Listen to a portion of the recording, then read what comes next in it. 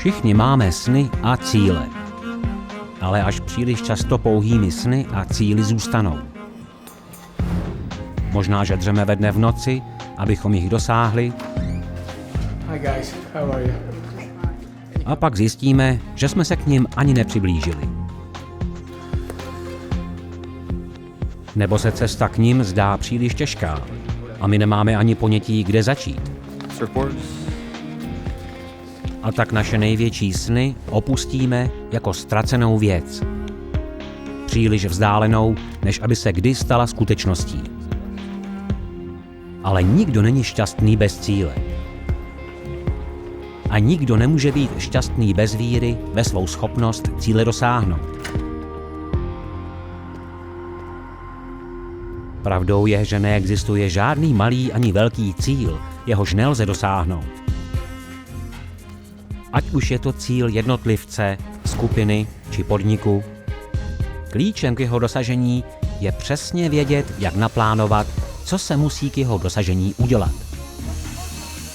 Ve skutečnosti tvoří nějakou aktivitu určitý počet věcí. A když není jedna nebo více těchto věcí ve vzájemném souladu, dochází k rozčilení a projekty se zkomplikují nebo i selžou. K dosažení úspěchu musí každá věc fungovat v koordinaci s ostatními. V Scientologii existuje velmi cenný nástroj, zvaný administrativní škála. Uvádí tyto věci podle pořadí důležitosti a všechny spolu musí vzájemně souhlasit. Jinými slovy, každá věc musí být v souladu s ostatními. Na vrcholu škály je všemu nadřazen cíl. Cíl je známý záměr, k jehož dosažení všechny tyto akce směřují. Cílem může být například stát se nejlepší místní restaurací, nebo se stát oceňovaným umělcem, nebo předním výrobcem surfů pro profesionální surfaře. Všechny ostatní věci na této škále musí být v souladu s tímto cílem. Takže musíte škálu detailně vypracovat tak, aby každý bod ladil se všemi ostatními. Například, abyste dosáhli vašeho cíle, musíte vyrobit produkt, který má hodnotu. Proto musíte pojmenovat váš konečný hodnotný produkt.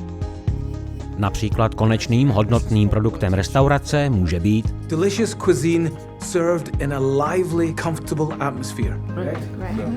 pro hudebníka to může být dobře provedená vystoupení, která emocionálně zapůsobí. Nebo pro výrobce surfů vysoce kvalitní surfy, které jsou lepší než od konkurence. Znát svůj cíl a svůj produkt je skvělý start, ale co všechny ostatní složky mezi tím?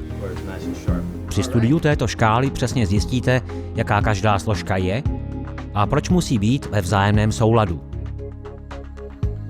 Například ideální scéna skupině řekne, jak by daná oblast měla vypadat. Now, the people that are doing it so well are those guys in the city. So if you don't mind me treating you to lunch, we're going to go there and find out just what it is that they're doing right. Okay? Let's go. Ideální scéna je to, co porovnáváte s vaší existující scénou. Hello. Hi. I know exactly where I'm going to put you. Awesome. Welcome to yours. Hello. Ukáže vám to, z čeho by se scéna měla skládat. See guys, this is what I was talking about. The presentation's amazing, delivery was incredible, everything. It's just really open and airy. Nemáte-li žádnou představu o ideální scéně, s níž byste porovnali scénu existující, nedokážete rozpoznat odchylky. I think this gives us lots of great ideas for us. Yeah. Abyste z existující scény udělali ideální, potřebujete plán. Plán je popis krátkodobých obecných záměrů, potřebných k zvládnutí konkrétní oblasti. Například plán majitele této restaurace je zvětšit podnik zvýšením úrovně kvality prostředí, obsluhy a jídel. Jakmile máte plán, můžete z něho odvodit řadu kroků nebo akcí potřebných k jeho dosažení. Will that be all? That's awesome. Při studiu této škály budete přesně vědět, jak to udělat. So how's the new recipe going? It's going really, really well. I think it's really going to be amazing. Budete vědět, jak rozdělit každý krok na konkrétní úkoly, které vás stále povedou k vašemu cíli. Oh, That is art. Abyste mohli sledovat váš pokrok, můžete používat statistiky. The number of surfboards sold 20 times, and that's a result of your hard work. Administrativní škála vám přesně krok za krokem ukáže, co je třeba udělat, abyste dosáhli vytoužené prosperity a štěstí.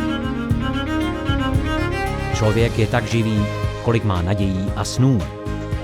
Dosáhnout radosti bez cílů, nadějí a snů je téměř nemožné.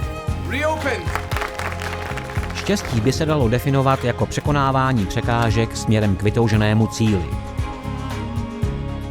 Se scientologickými nástroji může každý jedinec, skupina či podnik získat znalosti k překonání těchto překážek a mít v životě úspěch. Vaše sny se mohou splnit. Popravdě řečeno, se scientologickými nástroji je máte na dosah.